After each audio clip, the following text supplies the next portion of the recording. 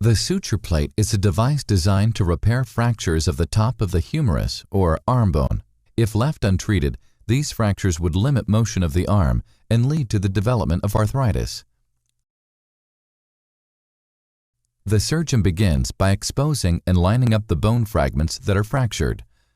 The suture plate is then inserted and provisionally pinned to the arm bone.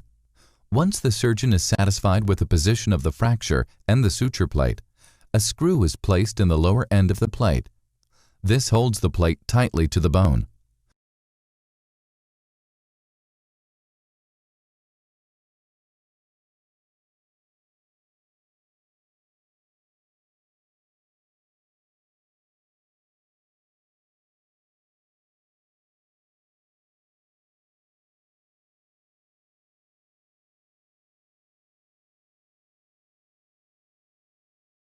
A second screw is then inserted into the top portion of the plate to secure the upper end of the bone.